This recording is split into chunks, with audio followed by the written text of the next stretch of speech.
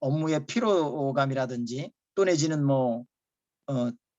이 장비가 관리되는 그런 시스템이라든지 이런 부분들이 개인적인 심리에 영향을 주는 그런 상황들이 있다면 이게 이제 뒤로 밀리게 되고 때로는 소원해지는 어떤 그런 현상들을 제가 많이 목격을 하게 됐어요. 그래서 제가 이제 관리를 하면서 제대로 하고 있는 그런 그 운전 기사님들을 뵈면은 존경스럽기도 하고요.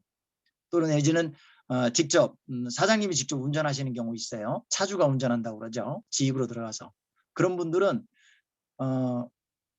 내부도 굉장히 깨끗하고 깔끔하게 이렇게 관리를 하세요. 그래서 차량은 5년 됐는데 뭐 한 1년 정도밖에 안 된 그런 느낌.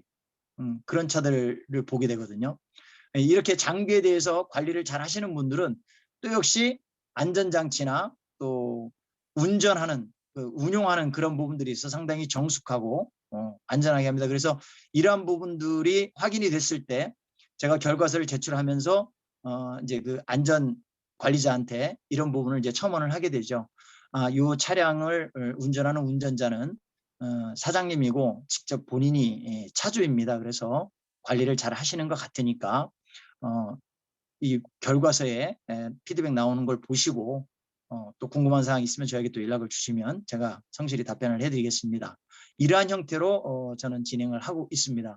그래서 제가 장비 점검을 하면서 늘 느끼는 것이 기계는 감정이 없는데 왜 사고가 일어나고 기계는 감정이 없는데 왜 일이 잘 안 되는 그런 현상들이 생길까? 결국은 사람이 문제였다라는 거죠. 그래서 사람에 의해서 장비가 운용이 되고 관리가 되고 또한 사고의 유발도 될 수 있고 사고가 방지가 될 수도 있다. 그래서 점검은 장비를 점검을 하지만 거기에 가장 핵심을 두는 것은 운전자에게 핵심을 두고 관리가 되어지는 그런 내용에 핵심을 두는 그런 역할을 제가 하고 있습니다. 네, 제가 준비한 거는 여기까지입니다. 혹시 궁금한 사항들이 있으시면은 질문을 주시면은 제가 또 답변을 해드리도록 하겠습니다. 예, 질문 좀 하세요. 질문하시는 분은 음소거하고 질문하세요. 네, 안녕하세요. 예. 네네. 예, 저 한 가지 궁금한 게 있어서 이 지금 타이어가 네네네.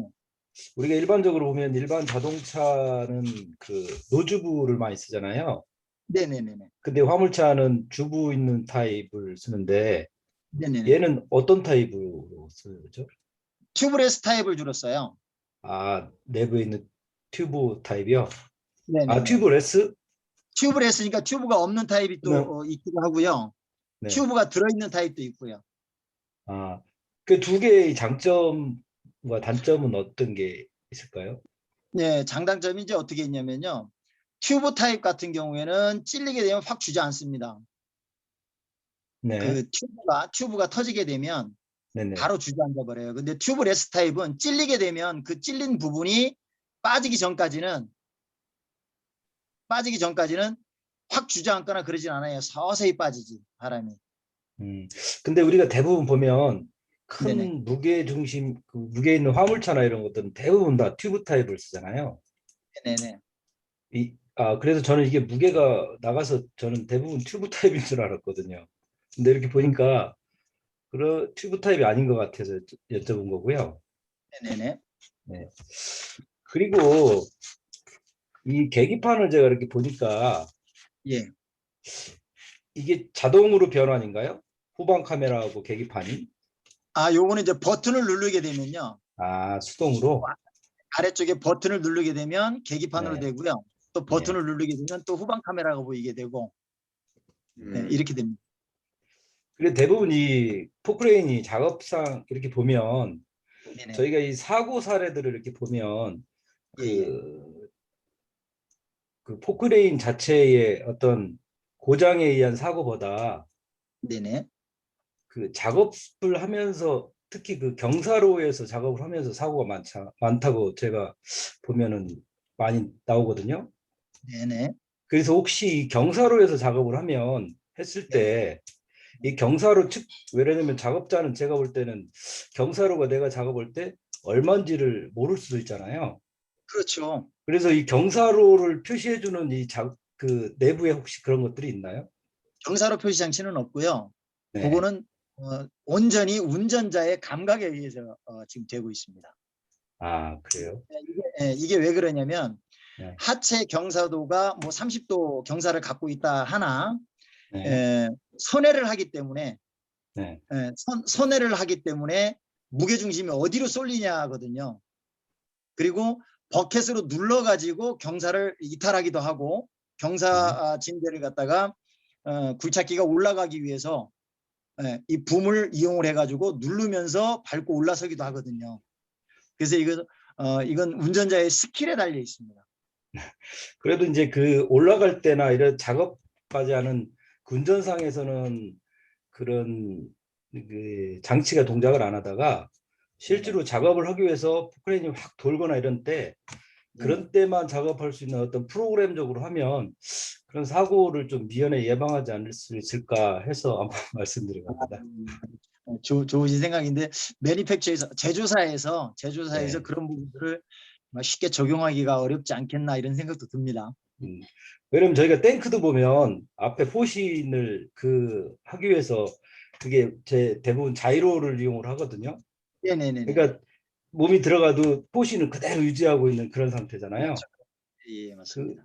그걸 보면서 얘도 그런 장치를 조금 이용을 하면 네네. 조금 예방을 하지 않을 수 있을까?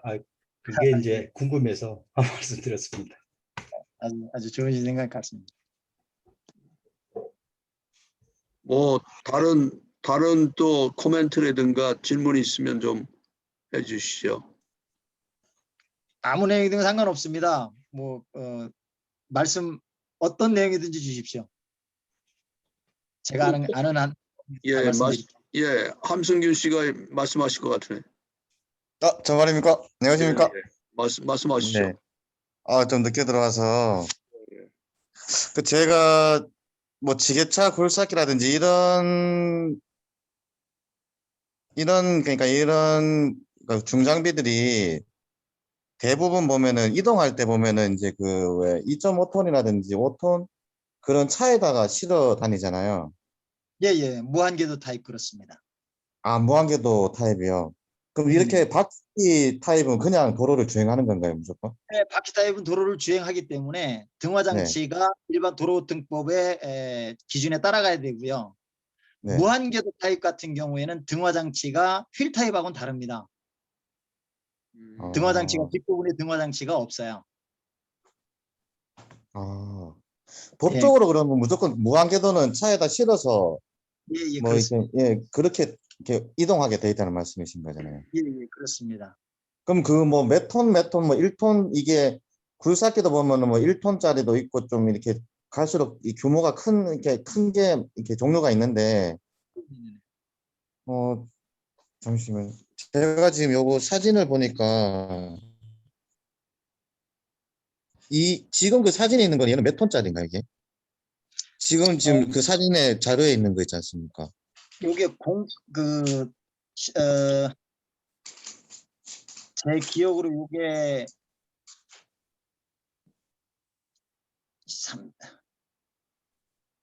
19.5톤인가 아마 그렇게 알고 있어요. 그럼 제일 일반적으로 다니다 보면 공사 현장에서 보면 일반적으로 보이는 좀 큰 놈이다 생각하면 그거는 그렇죠. 5톤은 넘어가는 거잖아요. 5톤? 일반적으로 보면 이제 굴착기들이 장거리 네. 이동을 할 때는 도로 주행을 하기보다는 싣고 갑니다. 뭐 휠타입이든 뭐 무한궤도든 예. 장거리 이동을 하기 위해서는. 그러나 이제 지역 내에서 이루어지는 그런 그 현장들은 예를 들어서 뭐 제가 수원에 있는데 수원 인근에서 일어나는 그런 그 현장들은 거의 뭐 휠 타입 같은 경우에는 도로 주행을 하고요. 무한궤도 타입 같은 경우에는 도로 주행을 아예 할 수가 없기 때문에 차에 실려서 이동을 하게 되죠. 아까 바퀴 타입이 여기 시속 최대 얼마까지 나옵니까? 시속은 차마다 조금씩 다른데요. 뭐 보통 뭐 네. 30km, 40km. 이 운전자들이 달리는 그 정도가 약간씩 차이가 있는 거예요. 맥스가 한 40km. 이게 이제 왜 그러냐면요. 동력 전달되는 그 주행에 있어서 동력 전달이 일반 자동차 같은 경우에는 엔진에서 기어로 바로 들어가거든요.